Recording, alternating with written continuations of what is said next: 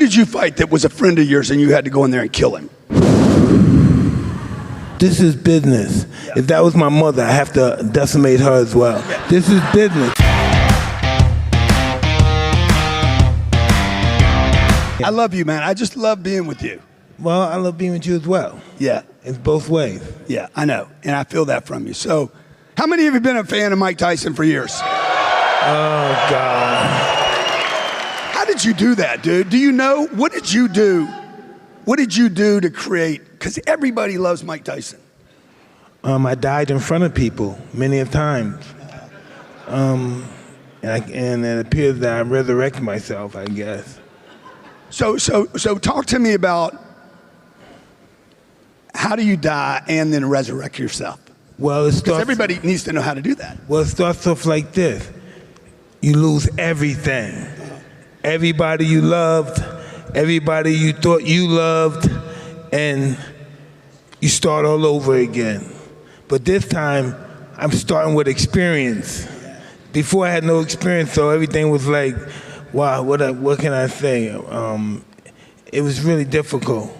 And I had to learn through that experience to start over. But now it's a whole different subject. I'm experienced now. So Mike, would you say, you look good, man? Yeah, does he look good or what? Too. How old are you, Mike? I'm 58. 58. In June 30th, I'll be 58. 58. You look great, dude. I feel great. You look great. I feel great. Don't argue with me. Well, it's the truth. I'm trying to elaborate the truth with you. So, what was your first success? When did you have the first successes where Mike was like, shit, I could be something? When I first met my mentor, Cus D'Amato, when I was 13 years old. Yes. All day. Catskill brain basher all day. So you met him and yes. Kiki, yes. I didn't want to bring it up that soon. Yes, I met him and he told me he summoned me. In which by looking at all the episodes that happened in my life, I think he was right. He did summon me from Brownsville, Brooklyn. Yeah. And where was your mom and dad? I don't know the early story of Mike Tyson. Oh, you want to learn that? I'm just saying. I'm from Brownsville, Brooklyn. My family was in the sex industry. Okay, so I seen a lot of sex in my life. I seen my mother have sex with me in the bed. Every time I came in the house, somebody was having sex. And they were high and drunk. So that's the world I come from. And violence as well. So that's where I came from. I was arrested probably 30 times by the time I was 13. I was a violent kid. I did really bad things that I'm really not proud about. But I call it survival. And I met this gentleman, this Italian man. If he heard me say that, he would kill me.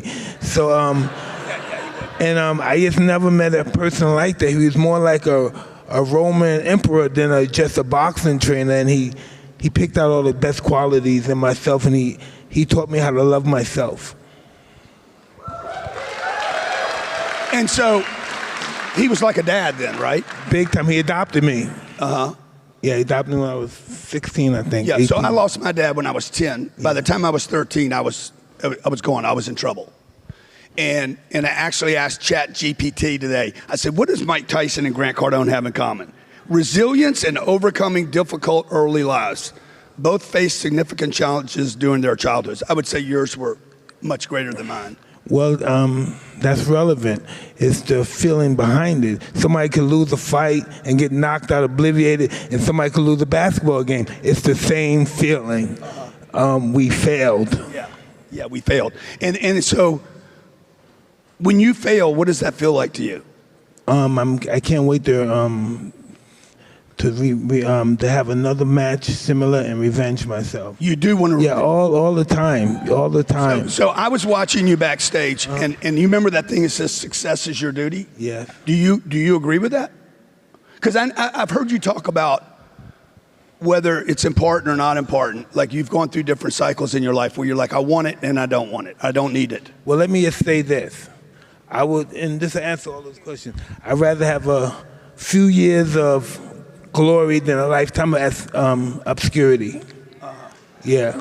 I'd rather die 20 than live to be 60 and be nobody. Yeah. So you like the glory. You want the glory. I was born for this. I was just born for this. I think I'm Alexander the Great in another life. Yeah. You think you were what in another life? I think I'm Alexander the Great in another life, yeah. Yeah. He was a bad dude. Well, he was smart. He was smart and clever. That's what made him bad, because he wasn't a big guy, he was a little guy, and but he was a leader. He made people follow him, to their death, and that's a leader. So, Cuss saw what in you? He told me he saw the willpower, determination. I just had to bring it out, and he needed to show me discipline. Discipline is doing what you hate to do, but do it like you love it. And that was the message, and I learned from him. So the training. Did you want to do the training, or you? I love training. Yeah. I would train the whole day. I wouldn't eat food because I was overweight back then.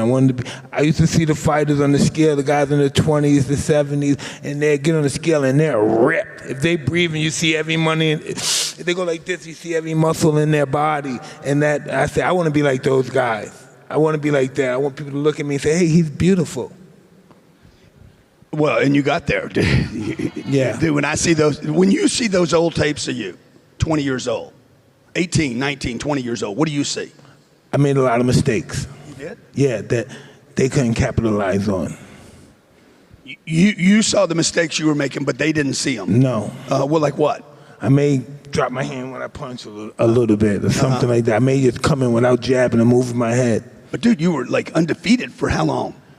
Well, you could be undefeated, but that don't mean you're the best. Right. But you were the best. It appeared to be, yeah. You appeared to be. Yes. But goddamn, he was the best. Look, here's a guy that was the best, and he's saying no. It appeared to be the best. Well, he listen. There was let me say that these are business individuals, right? Yeah. These guys are very successful. A lot of these guys believe they're better than anybody in their firm or something. But deep down inside, you ask them who's the best, and they won't say the self. If they're honest, deep down inside, they won't. Well, no, he's the best. Wow. First fight you lost, where you were like, okay, this is a problem. No, it wasn't a problem. It's like you having a bad day up here. Same thing. I just get beat up. I get black eyes and busting cuts. But it's the same feeling. We go home with some kind of, how can I revenge myself? How can I take myself to a higher level of success and make everyone jealous of me? Because that's just what it is. Even if you don't want them to be, they're going to be jealous of you. Your family members, your best friends. And I'm like Voltaire. God, I can handle my enemies. Save me from my family and friends. Yeah. Yeah. Yeah, no, real talk. 100%. Because, so why do you like knowing who the enemy is, and why is that easier for you to deal with it than the people that are close to you? No, I don't like knowing who the enemy is. You don't like? No, because the enemy would expose himself. I don't have to know who he is. He'll tell me who he is. How do you know who he is? Excuse me? How do you know who the enemy is? I'm not clairvoyant or anything, but listen, you could detect your enemies. You could detect them. You feel in the room, your hair rises on your arm. You just know your enemy. At least I do. Yeah. Oh, hey. Listen, everybody that helps you is not your friend. Everybody you fight is not your enemy. You have to remember that. I like that. No, that's real talk. I asked you once. I think I was at. So an enemy who may be perceived as an enemy fighting with you and could be a friend. Right. But you have to perceive that, you have to be able to tell the details. Like, who did you fight that was a friend of yours and you had to go in there and kill him? Holyfield? I knew him since I was a kid. I knew a bunch of kids, fighters I fought with when I was a kid. But this is business. Yeah. If that was my mother, I have to decimate her as well. Yeah. This is business. It's just business. Nothing personal. So, and everybody agrees on that. these are business people, and that's a form of business, having no feeling. Because once you have feelings, okay, you could live in an apartment, don't pay me this month, but maybe pay me next year, and then you're screwed. He's never going to pay rent. And when you brought your feelings into the ring, did that interfere with your ability to win? Absolutely, yeah. Because once your feelings are in the ring, you think about, wow, I don't want to get hit, I'm this and that, and you're apprehensive. And once you're apprehensive, it's over with. Now, let me ask you, this is on the fight thing. I've always wondered if I could take a punch, okay? How does somebody, do you think I could take one? Yeah. You do? Yeah. How does somebody get used to being hit? It's all psychological. Most fighters been doing this since they're 9, 10 years old. They can do it in their sleep. Like, for instance, I would be in school, Cus would call me and say, "It's emergency at the house." I'm 15, 16 years, "It's emergency at the house." Boom, I come to the gym, I'm boxing the European champion, sparring, just to get in shape and become a better fighter. But like, somebody said to me once, they said, look, you have to, what was it about? You have to be able to really hit, the first thing you have to learn is how to take a hit. Is that true? That's not true. No? Boxing's about hitting and not being hit. That's boxing. That is boxing. Is that similar to business? Yeah, absolutely. Yeah. I'm not going to sign this contract, but I wait for this guy to come and I'll sign his contract. Right. But it's just a matter of time. Timing's everything, yeah.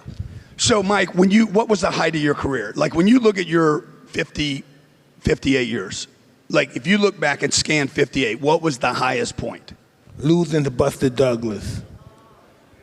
Yeah, that was the highest point in my life. Why was that the highest? Because I had to show something after that. I'm going to be one of these guys, as long as I'm winning, I'm doing good? No. You have to overcome adversity and win again. Well, he didn't fight me again, so I had to fight someone else for the title.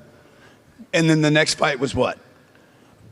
A good friend of mine, Henry Tillman. He's an Olympic gold medal. And then I fought with... Did you beat him? Yes. He beat me twice in the amateurs, though. And I knocked him out in the pros. And Razor Rug, that's a real brutal fight for me. I broke my ribs, and that was just brutal. How many times did you fight busted up? Are you always busted up? No, probably I hurt my hand from training, but never from the fight. But are you going into a fight with a busted hand? No, I'm going in a fight with a winning spirit. So it don't matter. It doesn't matter. So you're telling me that you fought when you didn't feel like it. You fought when your emotions were down. You fought when you were depressed, and you fought when you were hurt. Well, let me explain this. And these are people who they understand this. I have a fight coming up June 20th. Okay. Right now, I'm scared to death. But the closer it gets to the fight, the least nervous I become. And once it gets where I step in that ring, then it's all over. I'm not nervous anymore. I'm not scared anymore. He's going to be nervous and scared.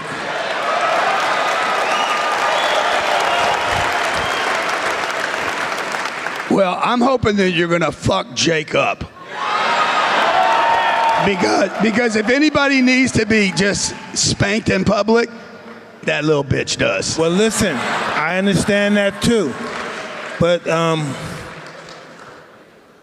he beat everybody and he beat you too. Know why? Because you're talking about him. He got you all talking about him. He won. You're all talking about him. All the royal families all over the world are talking about this. Yes, all the politicians all over the world is talking about this. You guys the poorest people, you ever been outside of Beijing, like 5 hours outside Beijing, you see people radioactive, you see leprosy, you see so many things. They don't even have a television. They know my name, though. And, I take that from an egotistic perspective, but in all actuality, how do they know who the hell I am if they don't have a television? That's what Francis told me. I never had a television, but I knew who Tyson was. And that's weird, right? I'm a normal guy. I guess I'm famous, but I'm a normal guy. I like taking my kids to school. I like walking around the corner, smoking a joint or something. But it's just that everything I wanted, I received, and then sometimes that's more than I can anticipate. And sometimes my mentor, Custom Model, always tell me, because I used to always say, I'm going to be the greatest fighter in the world. What happens if I win the title at 17? I'd probably be the greatest fighter ever. And he said, be careful what you wish for. You might get it. Wow, he was so right. He was so right, so right. So now I can't go outside, hang out no more, because I can't afford to get angry and get lawsuits and hit people and show people I'm a human being too and leave me alone. So I learned the root of just, hey, I love you, or hug, kiss, everything, even if I don't like, hey, brother, or everything that buried hatches, we're friends again. You know, and that's just how I go in life. I don't, I'm not like some people, like sometimes, my wife is everybody's friend, and I always say a friend to everybody is the enemy to yourself. You have to have limits. Everybody can't be your friend. You can't be everybody's friend. And that's what I live by. Mike, what are some of those things, like I'm sure everybody wants something from you. You know, everybody probably wants to do a deal with you, and they got a way to make you, and they're going to make you money, and they want to endorse something with you, or they want you to endorse. I want to do things with everybody too if it works. Normally, people talk about business, and then you tell them to put it on paper, and all of a sudden they become ignorant. I don't know how to write or something. So everything's good verbally. Verbally is magnificent, but when it comes down to putting things on paper, you never see the paper. And so who does that deal for you today? Do you look at it? Is it Kiki? Is it lawyers? Listen, I have lawyers. I have such an array of people that look over me now that I never have. But does it feel good to you, and you go with what feels good to you, or you got to, like, how do you look at a deal and say, I want to do this, I want to do something with Grant, I feel good about him, I want to do business with him? Well, listen, or not. I'm big about partnerships. If you're going to do anything with anybody, let's become partners. Let's get to know each other. I might not like you a year or 6 months from now. Right now, we all want this deal, so we're going to be as nice to each other as possible. But other than that, show me your character. Take me over your house. Come over my house and meet my family. Let them read you. Let your family read me.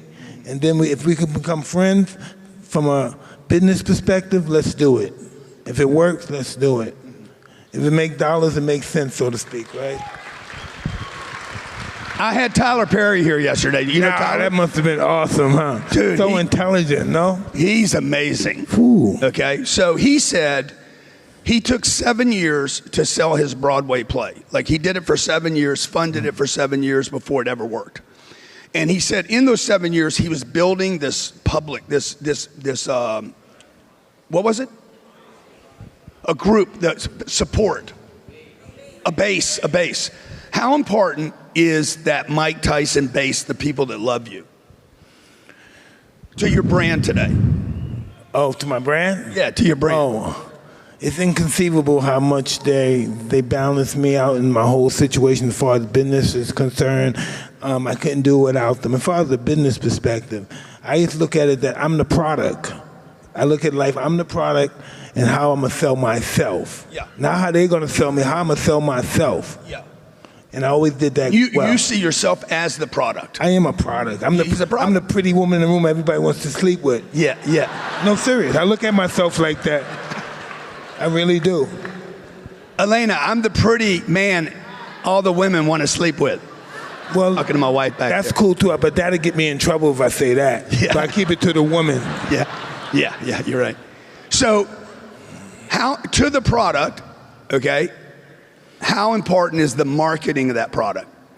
Well, telling the story of it. Well, listen, what more do I need but myself to be marketed? I don't need to market jeans. I can market myself. People market me.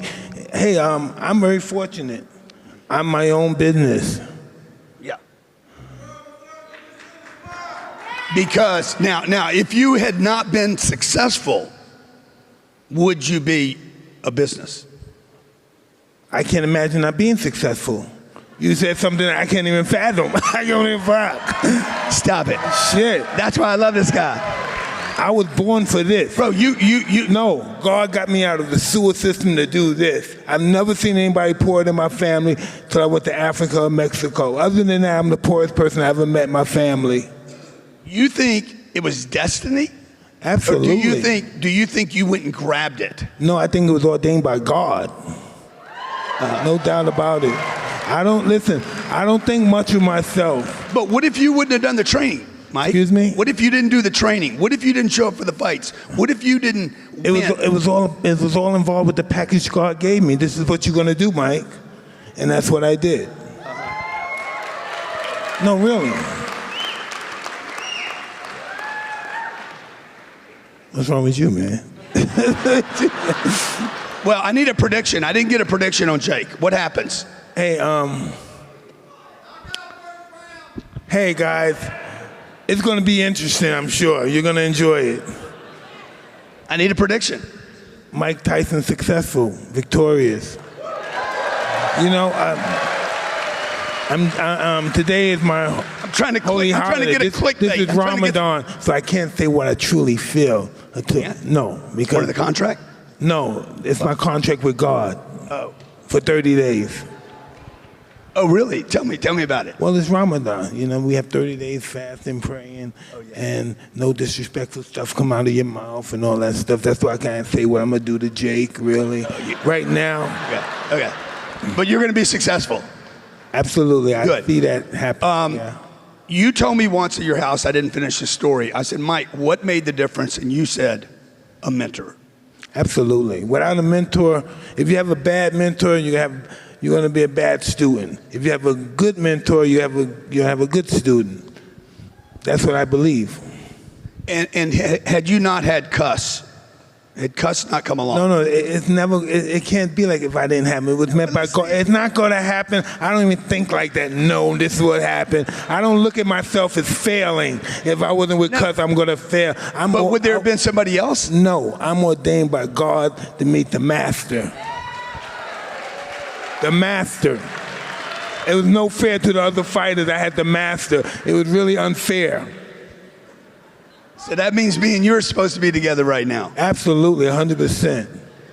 Now, tell me, what year was the tattoo and why did you do it? What was wrong with you that day? The fuck? You got nothing to do. Mike's driving around LA. I know you were in LA. I always wanted, no, I got it in Vegas, but I always wanted a tattoo. A real, I don't know, resounding one, so to speak. And this guy, I wanted to put something else. He said, I'm not going to put that on your face. And I said, what do you think you should put? He said, he said, come back in a week and I'll figure it out. So he made a tribal tattoo and he put it on my face. I said, yeah, it's beautiful. You were in Vegas? Yes. And when you left Vegas, you went to LA because I saw you the first week Yes. you had it. Yes. You're riding down Sunset Boulevard. Absolutely. Okay? Everybody was talking about it, the whole world. What's happened to Mike Tyson? Hey, check this out. They were talking about it, wasn't they? Okay, so you guys know how I feel about people talking about you, right? Good or bad, is it important that people are talking about you regardless? Whether it's good or bad? Well, it's your perception of good and bad. Yeah. Well, they called me bad names, this and that, but they paid the money to get in the seat. You know? I'm a bad guy, he's this and that. Let me see him. Let me probably see him lose. Let me see him be a bad guy. Maybe after the fight he might bite somebody's ear again. And you leave people in suspense, and that's why the whole world is watching me perform.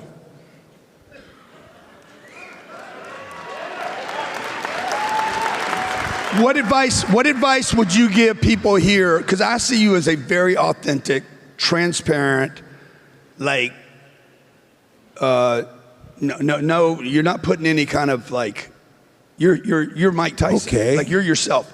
I'm gonna say something very simple. All of us have adversities in our life. We lose people and everything. But my situation was, I want to be up more than anybody in the world want me to be down. So that's why I'm right here talking to him. Because I don't let nobody bring me down. No one can bring me down. They can shoot me, they can put me in prison, but they can't stop me from being the greatest at what I do.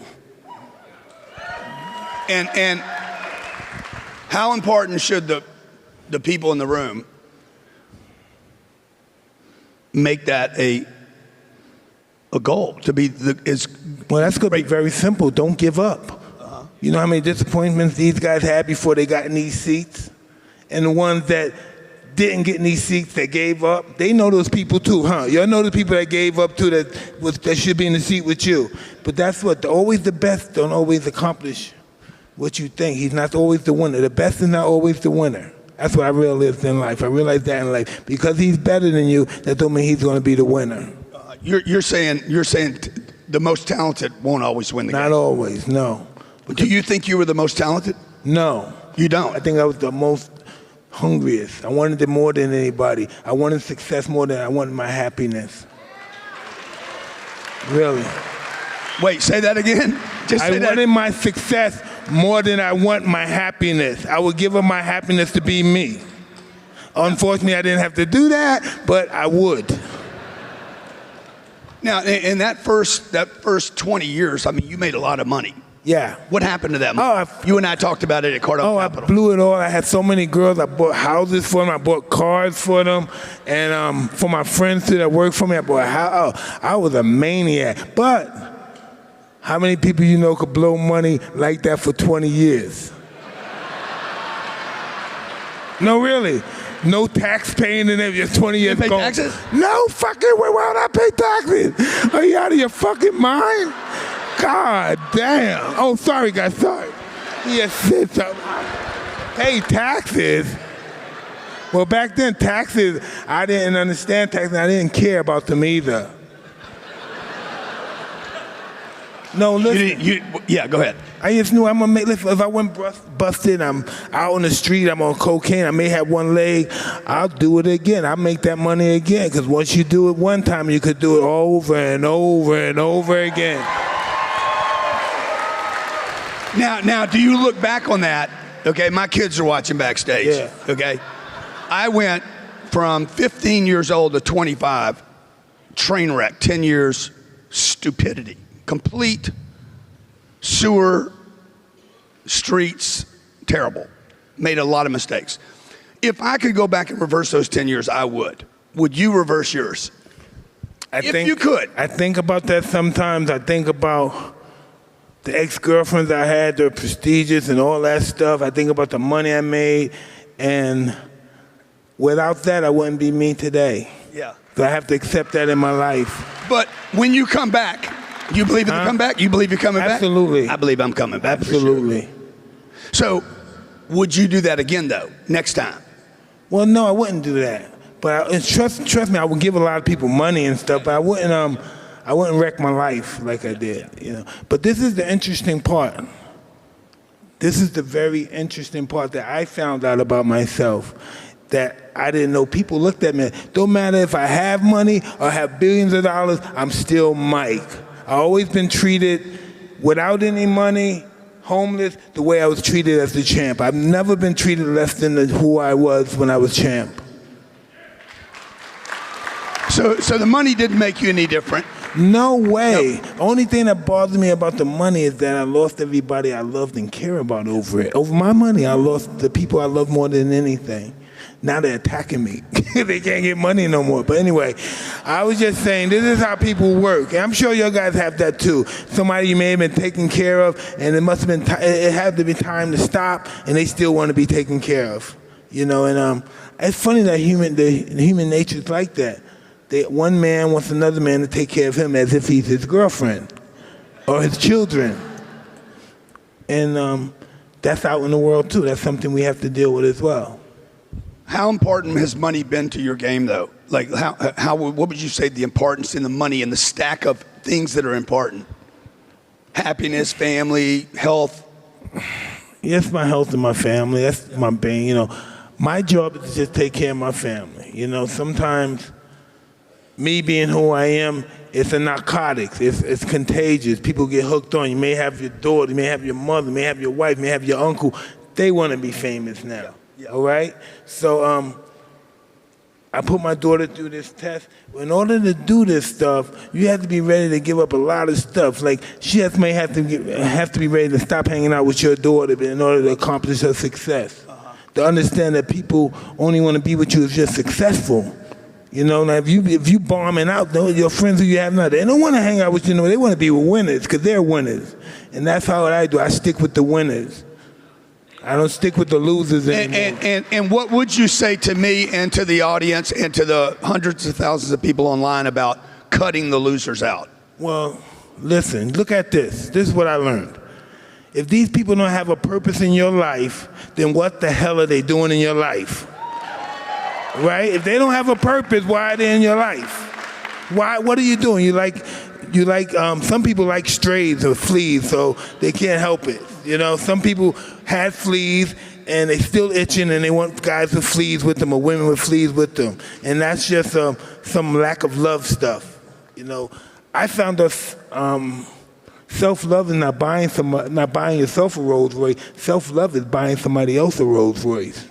That's what I learned in life. So when people say, oh, you bought this guy. No, I'm just loving myself, brother. I'm getting all this back from the prophet. You never know, this guy, this homeless woman, this alcoholic man, this dope fiend, that might be a prophet testing me. You know, so that's why I always get money. I say, oh, I'm always going through these tests. I know my ass might get broke if I don't give anything. So I'm trying to buy my way into heaven pretty much, you know? Like, hey, you need that? Hey, what you need? You need that? You need that? I know I can't do that, but I thought you were coming back. I thought you were coming back. Coming back from what? You said you're coming back for another life. So, well, listen, just in case there is a heaven. So far, well, I must have been in heaven a bunch of times because this is my 10th life right now. You know, 10x. 10x, yeah. This is my 10th life right now. Man, I'm just so impressed with you. Imagine a guy like me didn't have time for his baby, didn't see his babies really grow, and they're bitter from that. So I have to work over and over again as an older man to try to earn the respect. Forget the love, just the respect for my children. And I'm doing well on that. With the help of my wife. Without my wife, it would never happen. Because I'm just... She's amazing, by the way. No doubt about it. No doubt about it. Your daughter's amazing. Your daughter that I met. Oh, my wife is such a pain in the butt, but I'd rather have her than anybody in the world. I'd rather be in the sewage with her than in a mansion with anyone else. Yeah. What advice do you have to the wives in the room for being married to maniacs like you and me? They were made for it. Their father might have been a maniac. That's why they're so good in handling us. No doubt about it. Our wife their whole objective is to pretty much dissect our flaws. You know, my wife, I could be in this room right here. We're all talking. All of us. How many people in here? 4,500? How many people you have here? 4,500. All right, so listen. We're all talking. All of us talking right now. My wife can hear my voice with 45,000 people in the room. And, oh, you think that girl is hot, huh? What? How did you hear me when you... All 45,000 people, you know, that's just what it is. Their whole mind, their whole biology is attached to your voice, everything you do, and that's their job, to detect us or find out all our flaws, find out everything that we're capable of doing. They read us. They're like, look, your wife knows all your flaws, right? Yeah. All right, that's just how it is. She knows the flaws I don't even have. Yeah, they make them up. Sometimes they get paranoid and make them up. You know shit about me that ain't even true now. Like, what does the term 10X mean to you? The highest you can go. 10 extra large, 10 exciting. It's just the highest you can go in life, the 10X. What does it mean to you?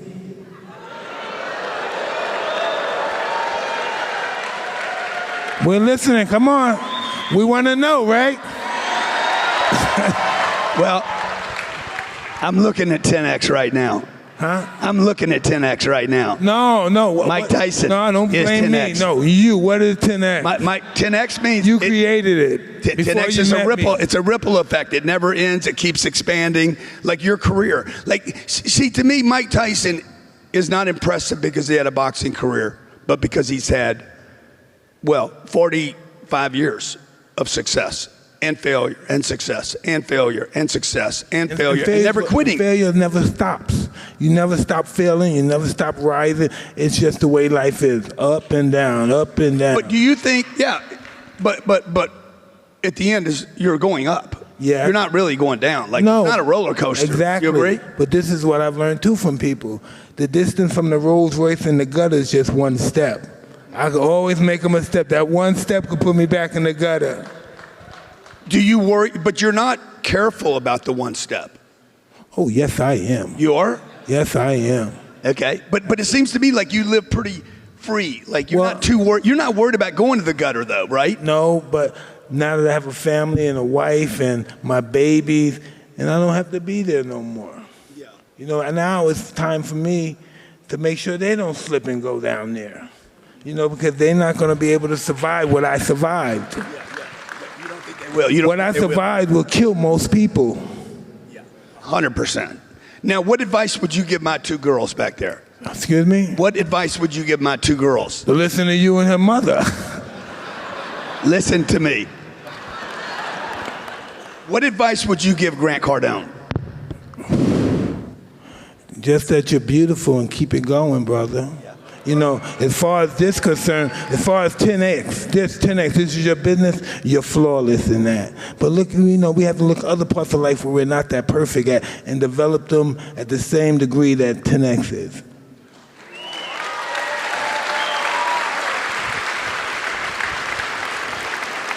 And Mike, like, I know how much Cuss meant to you, right? And Kiki was telling me backstage what he meant to you. When you lost him, how hard was that?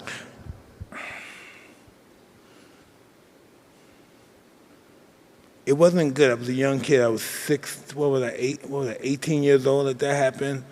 And he used to always say, I'm not going to be around, so you have to listen to me. Remember what I tell you, because I'm not going to be around. Because he was 77 when he died. He had cancer. But he wasn't afraid of death. He just wanted me to remember what he told me. You know, he said, listen, you're the greatest fighter in the history of the world. Listen, I'm only 18. He said, you're the greatest fighter in the history of the world. There's never going to be a fighter like you, but you have to fight. Because when he was dying, I said, I'm not going to fight anymore. He said, what? He said, if anybody could ever come back from life and haunt somebody, I will come back and haunt you. That's what he told me on his deathbed. I was only 18, but he would tell the doctor, hey, this is the heavyweight champ of the world. He never allowed me not to think that and believe that. Never allowed me. I never said the word can't. As a young kid, my whole career, I never used the word can't. No, that's real talk. And would Cuss be proud of you today? Right now, as you sit here right now? He would be proud how I conduct myself with my family. That would be great, you know. And he would be so happy that I'm fighting right now at my age, because he believed you can fight as long as you want if you have the desire and the willpower and you take care of yourself. That's why health is your first wealth, because, listen, let's just keep it real. Who else can do this at 58? No. Who at 58 could have all the royal families in the world, all the poorest countries in the world, people that can't speak my language, people that don't have television know who I am. I know that's just what it is. I know it sounds overwhelming, it even sounds egotistical a little, but it blows my mind. It just blows my mind. You see somebody with a mongoloid, forgive me, or somebody that's very sick, leprosy or somebody, and they can't even see each other, but they know who I am. They can't hear, but they know who I am. Isn't that crazy? They can't hear and see, but they know who I am. Dude, everybody knows you. Hey, that's scary. Yeah, I know, but it's an inspiration too. It's an inspiration because you have taken fame and not screwed it up. Like, you continue to rebirth. And I think Mike Tyson, the reason I had him here today, guys, is because he shows you that you can extend life. This guy should have been done at 23. No, it wasn't meant. It wasn't meant to be. I can't say that. It wasn't. It meant to be the way it is now. It's not.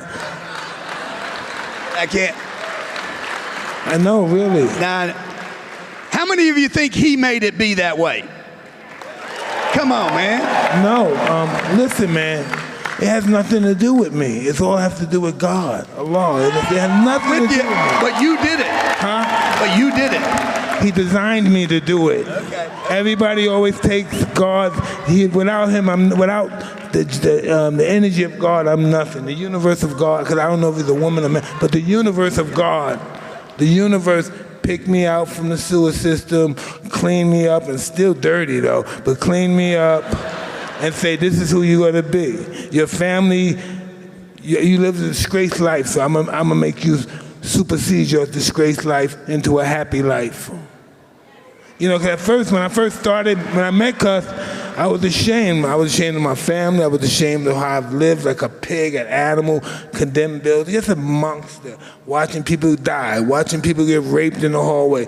And I know both of the people, all right? They're both my, but you just watch people hurt each other all day. That's what you do. You watch people die. You watch people have bad wounds. You watch people get put in an ambulance. You watch people get put in police cars. You watch people get beaten by police. You watch people get shot by police. And thanks to Cuts, I didn't have to deal with that. I can help people that's going through that now. Because God created broken people like me to pretty much save broken people like me. And me. You saved me. Okay, last question. This is not for me. This is not for the audience. Sabrina wants to know this. Okay. You ready? Big time. What does an ear taste like? It depends on what ear you're biting. The left ear. You know. It's the left one, right? It was the left one. I was there that I thought I did the right one too. Remember I did it twice or 3 times? Yeah. Now, did you know you were going to do it, or was I had it? no idea. It was. God did that. Huh? God did that. Yeah. Oh, you're laughing? Now listen. Right? That fight I had with a van, I bit his ear. They fined me $3 million, right? $3 million out of the 30, right? Just taking pictures biting somebody's ear. I made twice that. Ladies and gentlemen, Mike Tyson. Come on.